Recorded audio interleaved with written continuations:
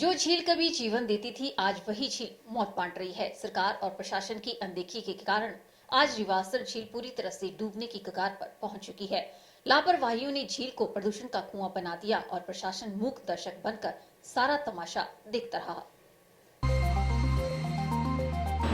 कभी जिस झील के पानी को लोग पीना अपना सौभाग्य मानते थे, आज उसी झील के पास से गुजरने वाले लोग मुंह पर कपड़ा रख कर जा रहे हैं।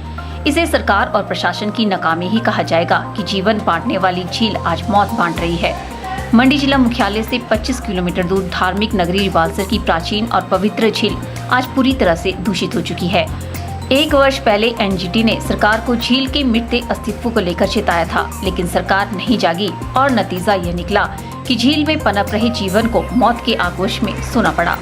झील के तल पर इतनी अधिक मात्रा में गाद जमा हो चुकी है कि इसकी गहराई 15 फीट से भी कम रह गई है। झील से गाद निकालने के नाम पर सिर्फ सर्वे होते रहे और जो पैसा आया उसे खर्च करने का इंतजार ही होता रहा, जबकि झील को बचाने की कवायद शुरू तक नहीं की गई। आसपास की गंदगी झील में जाने का सिलसिला बदस्तूर जारी रहा और नतीजा यह निकला कि झील अपनी आखिरी सांसें गिन रही है। पानी में इतना अधिक प्रदूषण हो चुका है कि झील में ऑक्सीजन की मात्रा रही ही नहीं। यही कारण है कि सैकड़ों टन मछलियां मर चुकी है। गर्मी के इस मौसम में जिस प्रकार से झील में प्रदूषण अपने चरम पर पहुंचा है, उससे आने वाले समय में इलाके में गंभीर बीमारियां फैलने का खतरा भी बन गया है। जानकारों का मानना है कि झील के सारे पानी को पहले बाहर निकालना होगा और जमा हो चुकी गाद को भी हटाना होगा, तब कहीं जाकर झील से प्रदूषण को समाप्त किया जा सकता है। रिवालसर झील का जहां तक मामला है, वो बीओडी का स्तर उसमें 7 से 9 तो छोड़िए आप, उससे भी बहुत ज्यादा वो प्रदूषित हो चुकी है। और ये समय से पहले ना तो मत्स्य विभाग ने इसको भांपा और ना ही प्रदूषण नियंत्रण बोर्ड ने। पूरे का पूरा सरकारी अमला जो वो गहरी नींद में सोया रहा और अब जो है ये लाखों मछलियां उसमें मर रही हैं और क्षेत्र में महामारी फैलने का भी खतरा हो गया। और मछलियों को बचाने के लिए जो प्रयास किए जा रहे हैं प्रशासन के द्वारा, वो बहुत ही नाकाफी है।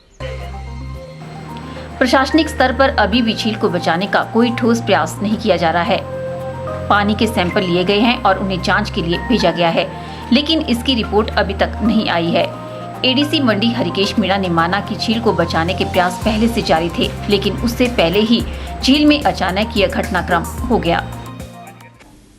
इसमें पहले भी इसमें काफ़ी प्रयास किए जा रहे थे। अब अनफॉर्चुनेटली ये इंसिडेंट क्यों हुआ है वो तो एक डिफरेंट रीजन है। हमने सैंपल भी भेजे हैं, पोल्यूशन कंट्रोल बोर्ड को भी भेजे हैं। पुलिस ने भी कोई फाउल प्ले नहीं है उसको चेक करने के लिए सैंपल्स लिए हैं, कलेक्ट किए हैं। पोल्यूशन कंट्रोल बोर्ड आईपीएच ने भी सैंपल लिए हैं। तो पोल्यूशन वालों की रिपोर्ट कुछ पॉइंट्स पे आई है।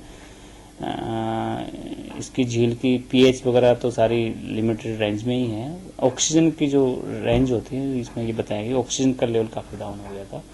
एंड फिशरी वाले भी यही कह रहे हैं कि they are also monitoring continuously कि जो ऑक्सीजन का लेवल कम हुआ है दैट माइट वो एक रीजन हो सकता है कि इस तरह इंसिडेंट हुआ।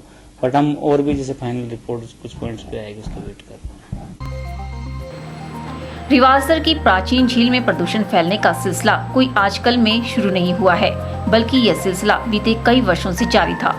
सब कुछ पता होने के बाद भी इस ओर कोई विशेष ध्यान नहीं दिया गया, जिस कारण आज झील की यह हालत हुई है। ऐसे में सवाल यह है कि जब किसी का अस्तित्व मिटने लग जाता है, उसी वक्त उसे बचाने के प्रयास शुरू क्यों किए जाते हैं? पहले इस ओर कोई ध्यान क्यों नहीं दिया जाता? ब्यूरो रिपोर्ट, के चैनल।